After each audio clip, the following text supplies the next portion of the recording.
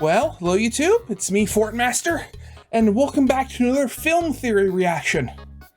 And I feel like I've been saying this a lot recently, but this isn't something I expected to see like a MaPat theory from.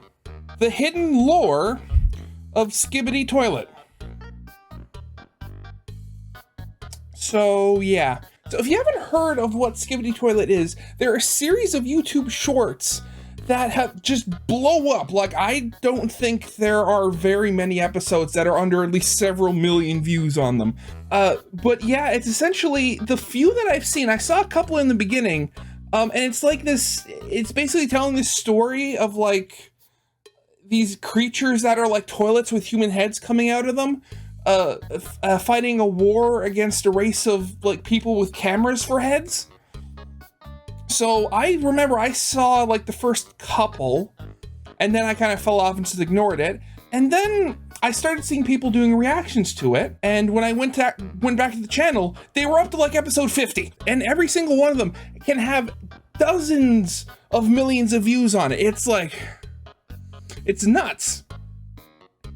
So again, going to today, I've been flip-flopping for about a week trying to figure out whether I was going to do a reaction to Skibidi Toilet, because I've seen other people do it, and I actually wanted to know what's going on with this really weird phenomenon. But no, we have a film theory about them. So, I guess this will be my crash course then before I actually do an actual reaction to them. So yeah. Original video is linked in the description if you haven't seen it yet for some reason. Corner video will be linking to my a reaction of Game Theory. And yeah, let's get this thing started then, shall we? My theory's ridiculous. The hidden lore. Yes. The hidden lore. Yes.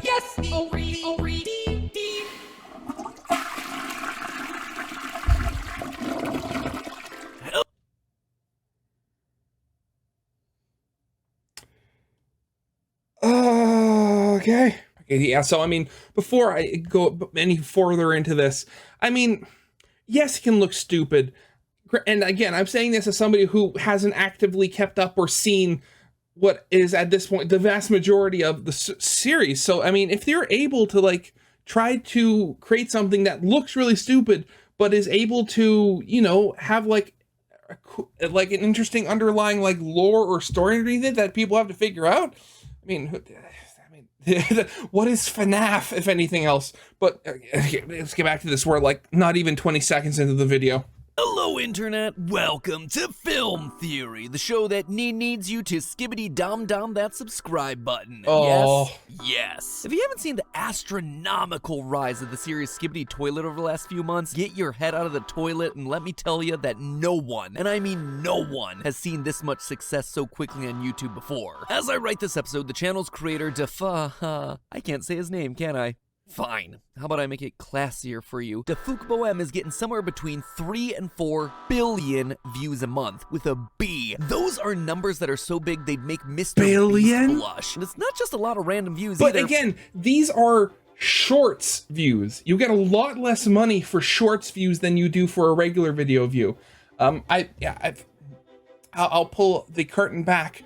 And granted, I don't put shorts out that often. I have a few, and they pull in, you know, average views for a channel of my size. But if I go to my behind the scenes window here, so if YouTube is to be believed, the amount of money I make on my shorts, the very few shorts I put out very infrequently, is 0.03 of a cent. And granted, I know, you know, with more views, because if I remember correctly, I think the way shorts make money, unlike regular videos, is so for each like geographic region, they're broken up. I don't know how they're broken up, but each geographic region gets a certain pool of money from like advertisers and, you know, that all sort of stuff. And then the people in that region, you get like a share of the pool based on what percentage of views you get in that region. So yeah, that with hundreds and thousands of views on shorts, but they're not making that much money, but billions of views.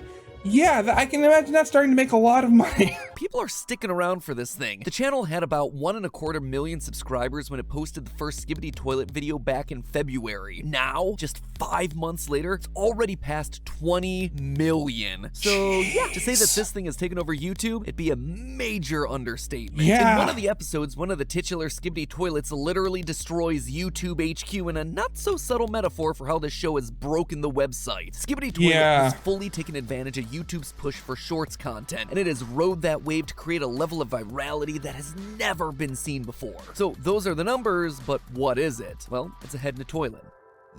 Yep, it's some Gmod animations singing a song. The internet is truly a weird... Actually, I believe it's SFM. It's Source Filmmaker, not... wonderful place. No, if I'm being completely serious, that's just how the whole thing starts. As the series goes on, the whole thing evolves into a full-on cinematic war between toilets with human heads and people with camera heads, complete with massive titans, mind control, and, wait for it, hidden lore. And I gotta say, after binging every episode of the series multiple times, getting that darn song permanently etched into my brain, what became clear to me was that this goofy meme show wasn't just about being lol so random. It's also not content just remaining as an epic toilet action anime. Yeah, that doesn't sound good. Probably should rephrase that one. Instead, there's an entire meta story buried in this thing. A story about the changing world of entertainment and the fight for survival of art. Yeah, this man's face in a toilet, he's trying to teach us a profound lesson about the meaning of art. And once you see the story that's hiding right in front of your eyes, it becomes clear where the story is ultimately gonna end. So grab your knob toilets, plungers, and KPRL speakers, loyal theorists, as we flush ourselves deep into the fever dream that is Skibidi Toilet. Now, the details for the base story here are pretty straightforward. The whole thing starts when a man's head appears out of a toilet and starts singing a mashup of the 2007 song Give It To Me by Timbaland and the 2022 Turkish song called Dam Dam Yes Yes by Bisser King. But things quickly escalate from there. The toilet heads start to spread. Pretty soon we see an army of these toilets marching, or rather sliding their way down the street military parade style. They clearly pose a threat considering they run over people, they shoot lasers, they even transform humans into more Skibidi Toilets. Pretty soon they've established their own cult-like religion, a police presence, they even have themselves a leader of the army in the form of the G-Man from Half-Life. For those of you who don't know, in Half-Life games, the G-Man is described as this sinister interdimensional bureaucrat, and he has this strange reality-bending power, so why not just throw him into a show about evil toilet men? Very quickly it becomes apparent that the people of this universe are no match for the toilet terrors. By the time episode 6 rolls around, we pretty much stop seeing humans altogether. Enter the cameramen. People with cameras for heads. Pretty self-explanatory. But it quickly becomes clear that these characters serve both literally and figuratively as our point of view. Pretty much all episodes are shown from the perspective of one of these cameramen, often ending with the POV character either giving a thumbs up to one of their comrades or being killed at the hands of one of the Skibidi Toilets. This ragtag group of cameramen have made it their mission to eliminate the Skibidi Scourge. They form an organized militia, they Fortnite dance away from the police, and then they form unlikely alliances with other species that inhabit this world, the Speakermen and the TV Men, two other groups of creatures that are just here for some reason, probably better suited for a Radio Shack than the front lines. And together they plan to protect the planet from these porcelain pirates. And yeah, that's pretty much about it in terms of broad strokes. The rest of the series basically follows a fairly standard formula. Well, I mean, as standard as a show about sentient monsters from Bed Bath & Beyond gets. We constantly see the cameramen inventing some new technology, such as their giant toilet-kicking boss robot. In turn, the toilets repurpose the discarded remains of their fallen foes to become more and more powerful. This cycle of escalation repeats over and over again. Eventually,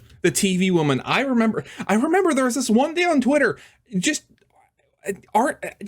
was just a day, I'm guessing, when that episode popped up, when there was this like explosion of art about it. Because the TV woman, and like leading to where we currently are in the story, with giant kaiju-level battles between the G-Man toilet and the various Titan robots that are created or partnered with the cameramen. And that, to 99.9999% of people, is what the story of the series is. And I'm here to tell you, it is so much more than that. Okay, the battle MaPat's between doing the his toilet thing. heads and the cameramen is really symbolic of the battle between YouTube content and traditional medias like the film industry. Yes, I'm feeling okay. And no, I don't want your long-sleeved jacket, even though it looks very pleasant and warm. Skibidi Toilet is, at its core, a story about how entertainment is changing, and how the series creator Dafik Bohem is gonna be the one that merges those two worlds together. It sounds insane, right? I know! That's why I'm so excited about this one. Let me explain it to you. As you Yeah, I'm very curious. Where are you going with this? You might not know, this series is littered with models, assets, and references to an age gone by on the internet. An age Gmod. before YouTube. Yeah, for our Gen Z and frankly most of our millennial audience, there was a time where internet videos didn't solely exist under the careful watch of Google and YouTube. In the beginning, the world of internet video was splintered off from each other. Sites like Newgrounds, Albino Black Sheep, and eBaum's World is where you'd go to find the memes, viral videos, and animations. This is where internet meme culture truly began. Yeah, Charlie, we're going to Candy Mountain. Not to be too internet boomer about it, but there was a classic. time that when you saw a funny video, you'd have to send it to your friends via email. Yeah, that platform that your parents use for work these days, it used to be where you got all your lulz from, like the Numa Numa guy and I'm a Snake. And one of the biggest Oh god, styles of that video guy was rose always in weird. this early internet age was the genre that would eventually come to be known as the YouTube poop. Ironically Oh, enough, God. the style of a YouTube poop just predated the age of YouTube. These videos would involve taking clips or assets from TV, film, and music and just mashing them all together into an unholy stream of consciousness. There's only one real solution to this mess. A stray Christmas tree? A Koopa tail! Oh no, Luigi! We gotta get rid of this trash before it turns me all the way into a Koopa! Wow! I'd say he's hot on our tail! The internet back then, very different, but still very much the same. Oh god, all this. It's bringing back so many memories. Oh. By the way, I didn't edit that clip at all. That is it unedited in its 240p goodness. Did these videos make sense? No. No. Was it insane? Absolutely. Did any of it matter? Who cared? Anything goes. It was the earliest days of online video. For the first time in history, you could literally make anything you wanted and upload to a website. Anything that came out of your head. In the 80s and 90s, if you wanted to make your own movie, you needed a video camera, the ability to cut and edit film, a platform to share your creations, all of which were either prohibitively expensive, difficult to achieve, or quite frankly just didn't exist. In the early 2000s though, free software like Windows Movie Maker opened up the world of filmmaking to a wider audience than ever. One company that really embraced the Wild West nature of the internet was Valve. Yes. Today they're best known for creating Steam, but back in the day, believe it or not, they used to make video games. They were responsible for tentpole series like Half-Life, Counter-Strike, Portal, Team Fortress, Dota. Valve dominated the gaming scene. Well, granted, Team Fortress was actually a mod from Quake that they then kind of co-opted and... And the one game that truly Valve's embodied history is both their very gaming ethos complicated. and their embrace of the online was Gary's Mod. Gary's Mod was a sandbox game where players could mess around with the physics, objects, and assets found in Valve's popular franchises, and then use those to create their own little movies, games, and shorts. This eventually evolved into the creation of Source Filmmaker in 2013, a video editing tool that allowed creators to more easily create funny videos just like they had with Gary's Mod. And this proved to be a godsend for YouTube poop creators. If you've ever seen a video featuring characters from Team Fortress 2 doing insane things, it was probably created using SFM.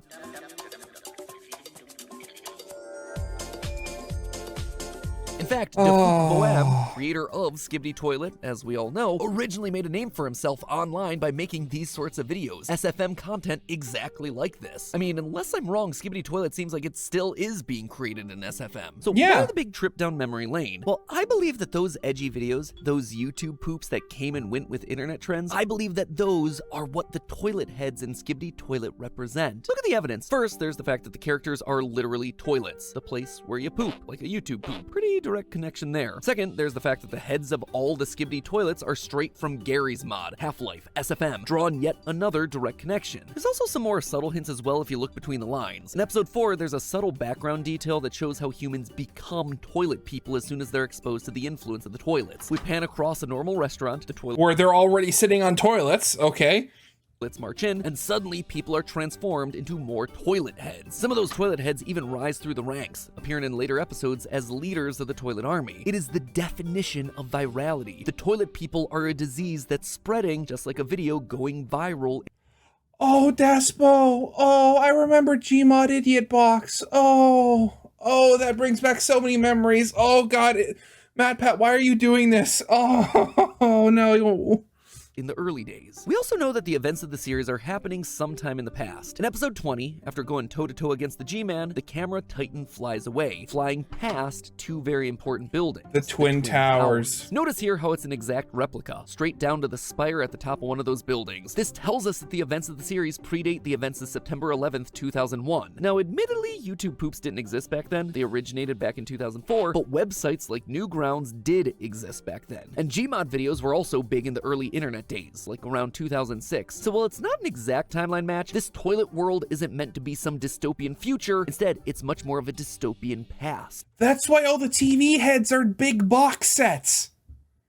Okay. A reference to an earlier time gone by. Also, just take a look at the way that the Skibidi Toilets get stronger throughout the 50-episode series. While the cameramen develop new technology and techniques to get the upper hand in the battles, the toilets instead repurpose, they remix, they reuse the stuff that the cameramen leave behind. If that spirit of remixing isn't just the pure essence of what is YouTube poop, I don't know what is. And then look what you have on the flip side. You have the film, music, and television industry literally represented by audio-visual equipment, cameras, speakers, TVs. It does not get more direct than that. Who else would serve as the perfect antagonist for the literal embodiment of YouTube poop than legacy media? Digital content like YouTube poops are made from reusing and rehashing content from those three industries, just like how the Skibidi Toilets get stronger by repurposing the tech that they find on the camera, speaker, and TV men. Need more proof? The camera, speaker, and TV men being metaphors for the big three media industries has actually been teased throughout the entirety of the series. Back in the beginning of Skibidi Toilet, when we were just dealing with toilets and cameras, we could see a clear hierarchy amongst the ranks of the cameras. While the grunts were all the small closed-circuit TV-style cameras, the more advanced and the more movie-like the camera became, the higher up it was. The big movie studios were literally the most powerful entities. Also, take a look at how the TV Titan goes about destroying the toilets. It uses this sound. The THX boom. Sounds an awful lot like the old THX intro sound.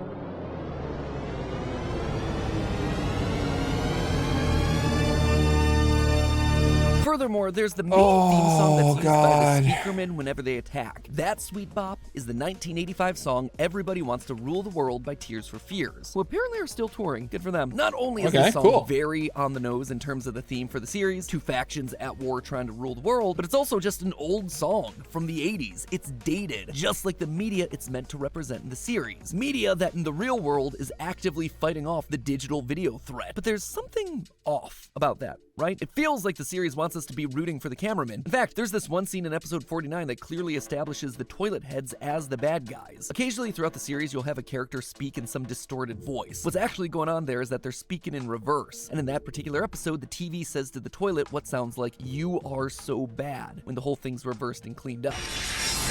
You are so bad.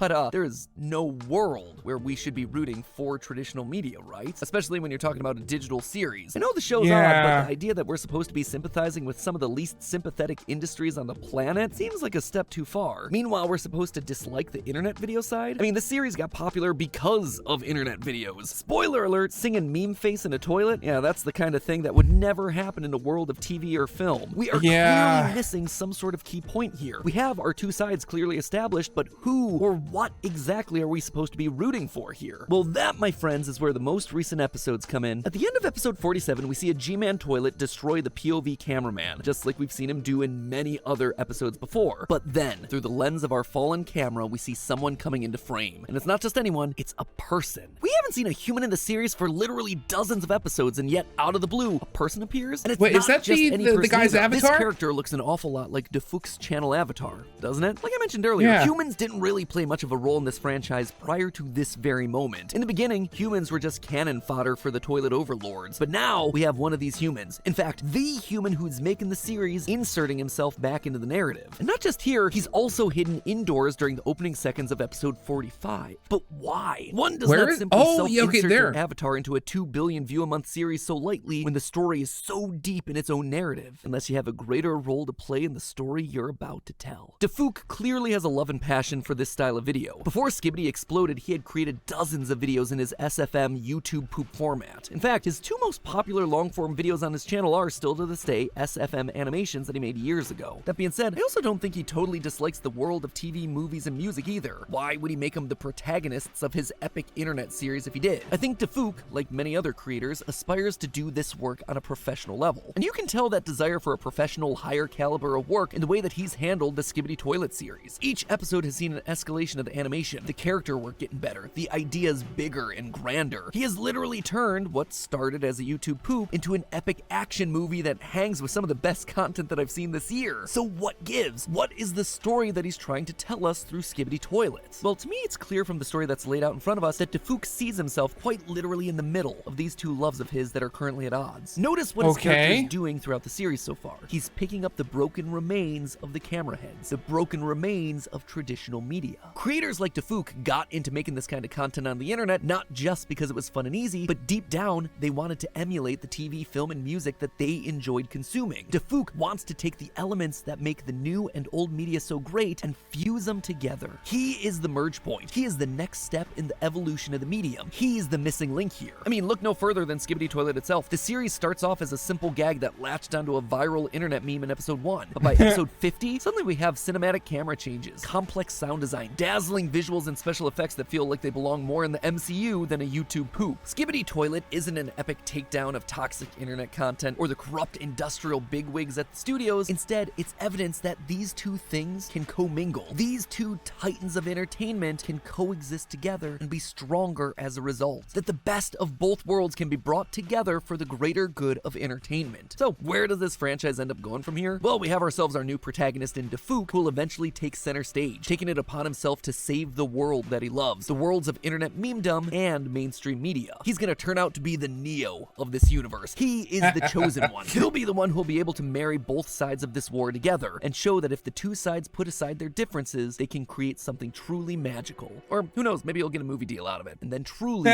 you've had the merging of the worlds. Oh God, this... You know, sometimes it's just too much, okay? I mean... A series... I mean, at this point, I hesitate to call it a series of YouTube poops or something, but I mean, a series like Skibidi Toilet getting billions of views a month and getting lore, it's just, well, I mean, I guess you can do anything you put your mind down to, but I mean, just, it's fascinating, isn't it? Oh, geez, so I'm definitely gonna have to do a reaction to the entire series at this point. I might record it tomorrow, who knows?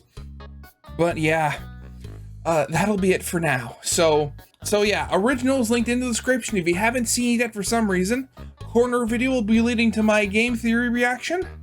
And yeah, I hope you guys liked. If you did, leave a like, subscribe if you have not, and I'll see you guys next time. Goodbye.